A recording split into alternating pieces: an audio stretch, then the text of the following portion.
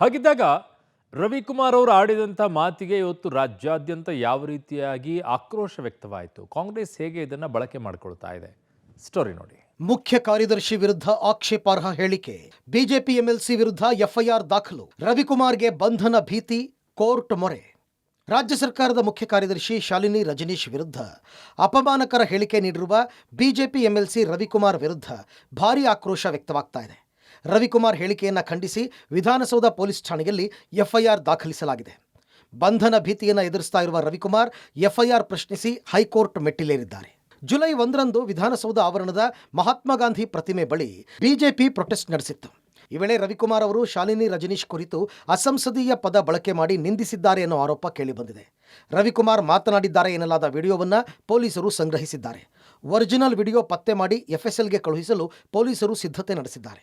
ವಿಡಿಯೋದಲ್ಲಿನ ಮಾತುಗಳು ರವಿಕುಮಾರ್ ಅವರದ್ದೇ ಅಂತ ಸ್ಪಷ್ಟನೆ ಪಡೆಯಬೇಕಾಗಿದೆ. ಹೀಗಾಗಿ ವಿಡಿಯೋವನ್ನು ಎಫ್ಎಸ್ಎಲ್ಗೆ ರವಾನೆ ಮಾಡಬೇಕಿದೆ. ಇನ್ನು ರವಿಕುಮಾರ್ ವಿರುದ್ಧ ಯಾವ್ಯಾವ ಸೆಕ್ಷನ್ ಅಡಿ ಎಫ್ಐಆರ್ ದಾಖಲಾಗಿದೆ ಅನ್ನೋದನ್ನು ನೋಡೋದಾದರೆ, ರವಿಕುಮಾರ್ ವಿರುದ್ಧ ಎಫ್ಐಆರ್ BNS 351/3 ಅನೈತಿಕತೆ ಆರೋಪಿಸುವ ಕ್ರಿಮಿನಲ್ ಬೆದರಿಕೆ, BNS 75/3 ಲೈಂಗಿಕ ಕಿರುಕುಳದ ಅಪರಾಧ, BNS 79 ಮಹಿಳೆಯನ್ನ ಅವಮಾನಿಸುವುದು. ರವಿಕುಮಾರ್ ಹೇಳಿಕೆಗೆ IAS ಅಧಿಕಾರಿಗಳ ಸಂಘ ಸಹ ಆಕ್ಷೇಪ ವ್ಯಕ್ತಪಡಿಸಿದೆ. ಮುಖ್ಯಮಂತ್ರಿ ಸಿದ್ದರಾಮಯ್ಯ ಅವರನ್ನು ಭೇಟಿ ಮಾಡಿರುವ IAS ಅಧಿಕಾರಿಗಳು ರವಿಕುಮಾರ್ ಹೇಳಿಕೆಯನ್ನು ಖಂಡಿಸಿದ್ದು ಕ್ರಮ ತೆಗೆದುಕೊಳ್ಳಬೇಕು ಅಂತ ಆಗ್ರಹಿಸಿದ್ದಾರೆ. ಬೆಂಗಳೂರಿನ JP ನಗರದ ನಂದಾದೀಪ ಮಹಿಳಾ ಸಂಘದ ಅಧ್ಯಕ್ಷೆ ನಾಗರತ್ನ ಎಂಬುವರು ನೀಡಿದ ದೂರಿನ ಆಧಾರದ ಮೇಲೆ ಎಫ್ಐಆರ್ ದಾಖಲಿಸಿಕೊಳ್ಳಲಾಗಿದೆ. ಹೆಣ್ಮಗುಗೆ ಅಂತ ಗೌರವಿಸಲಿಲ್ಲ ಸರ್. ಅವರು ಅವಹೇಳನಕಾರಿ ಮಾತುಗಳೆಲ್ಲ ಹಾಡಿದ್ದಾರೆ. ರಾತ್ರಿ ಸರ್ಕಾರದ ಕೆಲಸ, ಬೆಳಗ್ಗೆ CM ಕೆಲಸ ಅಂದಾಗ ಹೆಣ್ಮಕ್ಳು ರಾತ್ರಿ ಹಗಲು ಕೆಲಸ ಮಾಡಿ ದುಡಿತಾ ಇರೋರಿಗೆಲ್ಲ ಈ ರೀತಿ ಮಾತಾಡ್ಕೊಂಡಾಗ ಅವ್ರು ಅಂಥ ಉನ್ನತ ಹುದ್ದೆ ಇರುವಂಥವ್ರಿಗೇ ಈ ರೀತಿ ಮಾಡ್ತಾ ಇದ್ದಾರೆ ಅಂದಾಗ ಒಂದು ಸಾಮಾನ್ಯ ವ್ಯಕ್ತಿಗಳಿಗೆ ಹೆಣ್ಮಕ್ಳಿಗೆ ಏನು ರಕ್ಷಣೆ ಕೊಡೋಕ್ಕಾಗುತ್ತೆ? ಹೋಗಿರೋದ್ರ ಪ್ರೊಟೆಸ್ಟ್ ಮುಗಿಸ್ಕೊಂಡು ಅವ್ರು ಏನೈತೆ ಅವ್ರ ಕೆಲಸ ಮುಗಿಸ್ಕೊ ಬರ್ಬೋದಾಗಿತ್ತು. ಒಂದು ಉನ್ನತ ಹುದ್ದೆ ಇರುವಂಥ ವ್ಯಕ್ತಿಗೆ ಆ ಒಂದು ಹೆಣ್ಮಗಳು ಅನ್ನೋದು ನೋಡ್ದಿರಾ ಆ ಥರ ಪದ ಬಳಕೆ ಮಾಡ್ಕೊಂಡಿರೋದು ನಮಗೆ ತುಂಬ ಬೇಜಾರಾಯಿತು ಸರ್. ಯಾವುದೇ ಪ್ರತಿಕ್ರಿಯೆ ನೀಡದ ಶಾಲಿನಿ ರಜನೀಶ್, ರವಿಕುಮಾರ್ ವಿರುದ್ಧ ಕಾಂಗ್ರೆಸ್ ಸಚಿವರು ಕೆಂಡಾಮಂಡಲ, ರವಿಕುಮಾರ್ ನಾಲಿಗೆ ಜಾಸ್ತಿಯಾಗಿದೆ ಎಂದು CM ಟೀಕೆ. ರವಿಕುಮಾರ್ ಆಡಿಯೋ ಮಾತುಗಳು ಭಾರೀ ವಿವಾದ ಸೃಷ್ಟಿಸಿದೆ. ಆದರೆ ರವಿಕುಮಾರ್ ಹೇಳಿಕೆ ಕುರಿತು ಸರ್ಕಾರದ ಮುಖ್ಯ ಕಾರ್ಯದರ್ಶಿ ಶಾಲಿನಿ ರಜನೀಶ್ ಯಾವುದೇ ಪ್ರತಿಕ್ರಿಯೆ ನೀಡಿಲ್ಲ. ಇನ್ನು CM ಸಿದ್ದರಾಮಯ್ಯ ಪ್ರತಿಕ್ರಿಯಿಸಿ ರವಿಕುಮಾರ್ಗೆ ನಾಲಿಗೆ ಜಾಸ್ತಿಯಾಗಿದೆ ಅಂತ ಕಿಡಿಕಾರಿದರು. ಚಿಕ್ಕಬಳ್ಳಾಪುರ ಶಾಸಕ ಪ್ರದೀಪ್ ಈಶ್ವರ್ ಮಾತನಾಡಿ, ನಾಯಿಗೆ ಬರುವ 3 ಕಾಯಿಲೆಗಳು ರವಿಕುಮಾರ್ಗೆ ಬಂದಿದೆ ಅಂತ ಟೀಕಿಸಿದರು. ರವಿಕುಮಾರ್ಗೆ ಆತ್ಮಸಾಕ್ಷಿ ಇದ್ದರೆ ಸಾರ್ವಜನಿಕವಾಗಿ ಕ್ಷಮೆ ಕೇಳಲಿ ಅಂತ ಸಚಿವ HK ಪಾಟೀಲ್ ಒತ್ತಾಯಿಸಿದ್ದಾರೆ.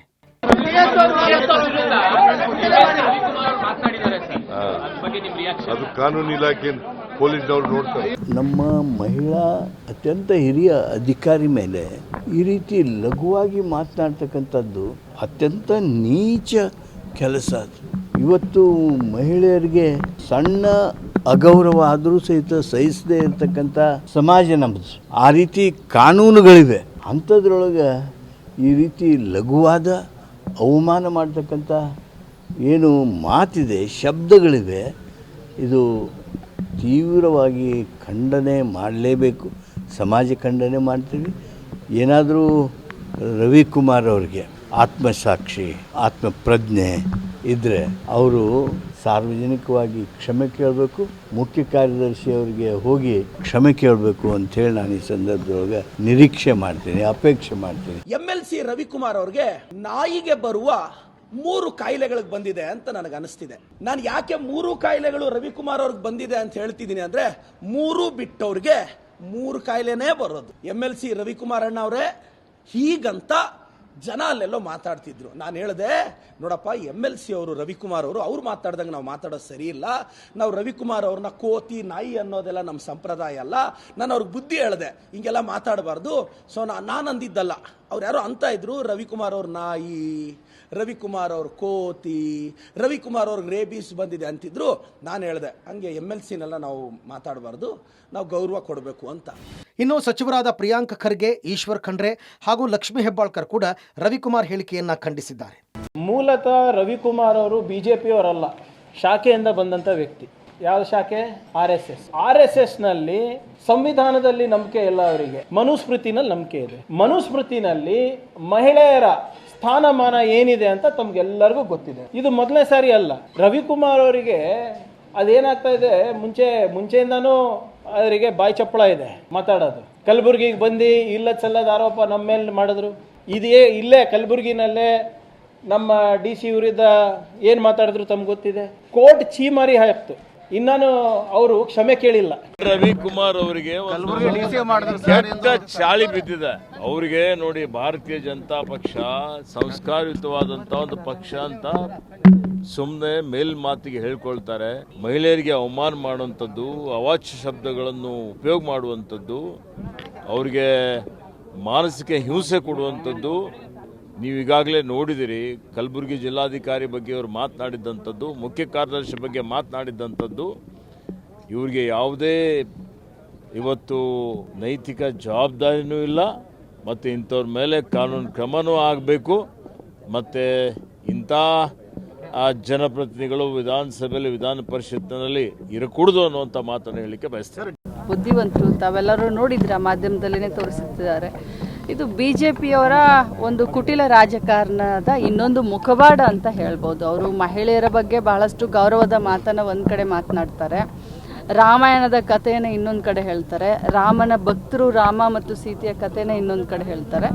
ಬಾಯಿ ತೆಗೆದ್ರೆ ಈ ರೀತಿ ಹಲ್ಕ ಮಾತನ್ನು ಮಾತನಾಡ್ತಾರೆ. ಸೊ ಇದು ಅವ್ರ ಸಂಸ್ಕೃತಿಯನ್ನು ಎತ್ತಿ ತೋರಿಸುತ್ತೆ. ಅವ್ರಿಗೆ ನಾಚಿಗೆ ಮಾನ ಮರ್ಯಾದೆ ಏನೂ ಇಲ್ಲ. ಸೊ ಏನು ಮಾಡೋದು, ಅವ್ರು ನಡೆದಿದ್ದೇ ದಾರಿ ಅಂತ ಅವ್ರು ತಿಳ್ಕೊಂಡಿದ್ದಾರೆ. ಆದರೆ ಇಡೀ ಮಹಿಳಾ ಕುಲಕ್ಕೇನೆ ಮಾಡಿದಂಥ ಒಂದು ಅಪಮಾನ ಅಂತ ಹೇಳಿ. ಮಹಿಳೆಯರ ವಿರುದ್ಧ ನಾಲಿಗೆ ಹರಿಬಿಟ್ಟ ರವಿಕುಮಾರ್ ಪ್ರಕರಣದಿಂದ ಬಿಜೆಪಿ ನಾಯಕರಿಗೆ ಮುಜುಗರ. ರವಿಕುಮಾರ್ ಹೇಳಿಕೆ ಬಗ್ಗೆ ಮಾತನಾಡಲ್ಲ ಎಂದ DVS. MLC ರವಿಕುಮಾರ್ ಅವರ ಹೇಳಿಕೆ ಬಿಜೆಪಿ ನಾಯಕರಿಗೆ ಮುಜುಗರ ತಂದಿದೆ. ಈ ವಿಚಾರವಾಗಿ ಪ್ರತಿಕ್ರಿಯೆ ನೀಡಲು ಬಿಜೆಪಿ ನಾಯಕರು ಹಿಂದೇಟು ಹಾಕುವಂತಾಗಿದೆ. ಮಾಜಿ CM ಸದಾನಂದಗೌಡ ಮಾತನಾಡಿ, ನಾನು ರವಿಕುಮಾರ್ ಬಗ್ಗೆ ಮಾತನಾಡಲ್ಲ, ನಮ್ಮ ಮಾತಿಗೆ ತೂಕ ಇರಬೇಕು ಅಂತ ಹೇಳಿದ್ದಾರೆ. ರವಿಕುಮಾರ್ ಅವರ ಹೇಳಿಕೆಯನ್ನು ಗಮನಿಸಿದ್ದೇನೆ, ಅದರ ಬಗ್ಗೆ ಮಾತನಾಡಲು ನಾನು ಹೋಗಲ್ಲ ಅಂತ ಬಿಜೆಪಿ ರಾಜ್ಯಾಧ್ಯಕ್ಷ ವಿಜಯೇಂದ್ರ ಹೇಳಿದ್ದಾರೆ. ರವಿಕುಮಾರ್ ವಿಚಾರದಲ್ಲಿ ಕಾಂಗ್ರೆಸ್ ರಾಜಕೀಯ ಮಾಡ್ತಾ ಇದೆ, ಏನೋ ಮಾತಿನ ಭರದಲ್ಲಿ ರವಿಕುಮಾರ್ ಮಾತನಾಡಿರಬಹುದು ಅಂತ ವಿಧಾನ ಪರಿಷತ್ ವಿಪಕ್ಷ ನಾಯಕ ಛಲವಾದಿ ನಾರಾಯಣಸ್ವಾಮಿ ಹೇಳಿದ್ದಾರೆ. ಅವರ ಹೇಳಿಕೆಯ ಬಗ್ಗೆ ಅಂತ ನಾನು ಮಾತಾಡೋದಿಲ್ಲ, ಆದರೆ ನಾನು ಭಾರಿ ಹಿಂದಿನಿಂದ ಒಂದು ಮಾತನ್ನು ಹೇಳ್ತಾ ಇದ್ದೆ, ನಮ್ಮ ಮಾತಿಗೆ ತೂಕ ಇರಬೇಕು.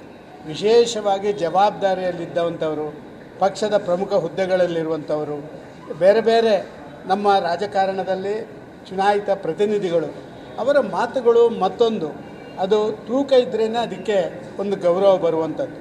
ಒಟ್ಟು ಏನೋ ಮಾತಾಡಬೇಕು ಅಂತ ಮಾತಾಡಿದರೆ ಅಲ್ಲಲ್ಲಿ ತೊಂದರೆಗಳಾಗ್ತವೆ. ರವಿಕುಮಾರ್ ಏನು ಹೇಳಿದ್ದಾರೆ ಅದ್ರ ಬಗ್ಗೆ ಸ್ಪಷ್ಟೀಕರಣ ನೀಡಿದ್ದಾರೆ. ಆದರೆ ಇವತ್ತೇನು ಅಸೋಸಿಯೇಷನ್ಗಳು ಇವತ್ತು ಪದೇ ಪದೇ ಮುಖ್ಯಮಂತ್ರಿಗಳು ಭೇಟಿ ಮಾಡಿ ಆಕ್ಷನ್ ತಗೋಬೇಕು. ಸ್ವತಃ ಮುಖ್ಯಮಂತ್ರಿಗಳು ಈ ರೀತಿ ನಡ್ಕೊಂಡಾಗ ಬಹಿರಂಗ ಸಭೆಗಳಲ್ಲಿ ವೇದಿಕೆ ಮೇಲೆ ಅವತ್ತೆಲ್ಲೋಗಿತ್ತು IAS ಆಫೀಸರ್ಸ್ ಅಸೋಸಿಯೇಷನ್, ಅವತ್ತೇಕೆ ಮುಖ್ಯಮಂತ್ರಿಗಳ ವಿರುದ್ಧ ಕಂಪ್ಲೇಂಟ್ ಕೊಡಲಿಲ್ಲ? ಹಾಗಾಗಿ ಎಲ್ಲವೂ ಕೂಡ ಚರ್ಚೆ ಆಗಲಿ, ಜನ ಕೂಡ ಎಲ್ಲವನ್ನು ಕೂಡ ಗಮನಿಸ್ತಾ ಇದ್ದಾರೆ. ಟಾರ್ಗೆಟ್ ಮಾಡೋದು ನಿಮ್ಮ ಉದ್ದೇಶ ಇದೆ, ನೀವು ಮಾಡ್ರಿ. ಆದ್ರೆ ಹೆಣ್ಣು ಮಕ್ಕಳನ್ನ ಗೌರವಿಸೋದ್ರಲ್ಲಿ ನಾವು ಯಾವಾಗ್ಲೂ ಪ್ರಥಮ ಸ್ಥಾನದಲ್ಲಿ ನಿಲ್ತೇವೆ. ಇದನ್ನು ಯಾರೋ ಮೂರನೇವರ ಕಡೆಯಿಂದ ಕಂಪ್ಲೇಂಟ್ ಕೊಡಿಸೋದು ಎಲ್ಲ ಮಾಡಿದ್ದೀರಿ. ಏನೋ ಬರದಲ್ಲಿ ಅವ್ರು ಏನೋ ಒಂದು ಮಾತಾಡಿದ್ದಾರೆ, ಆ ಮಾತಿಗೆ ಅವರು ಕ್ಷಮೆನೂ ಕೇಳಿದ್ದಾರೆ. ಸೊ ಇದು ಆದ್ಮೇಲೂ ಕೂಡ ನೀವು ಅವರು ಏನೆಲ್ಲ ಕೆಟ್ಟದಾಗಿ ಮಾತಾಡ್ತೀರಿ, ಇದಕ್ಕೆ ಜನ ಇದನ್ನೆಲ್ಲನೂ ಗಮನಿಸ್ತಾರೆ, ಜನ ಅದಕ್ಕೆ ಉತ್ತರ ಕೊಡ್ತಾರೆ. ಒಟ್ಟಲ್ಲಿ ರಾಜ್ಯ ಸರ್ಕಾರದ ಮುಖ್ಯ ಕಾರ್ಯದರ್ಶಿ ವಿರುದ್ಧ ಕೊಟ್ಟಿರುವ ಹೇಳಿಕೆ ರವಿಕುಮಾರ್ಗೆ ಸಂಕಷ್ಟ ತಂದಿದೆ. ಹೈಕೋರ್ಟ್ನಲ್ಲಿ ರವಿಕುಮಾರ್ಗೆ ರಿಲೀಫ್ ಸಿಗುತ್ತಾ ಅನ್ನೋದನ್ನ ಕಾದು ನೋಡಬೇಕು. News desk, public TV.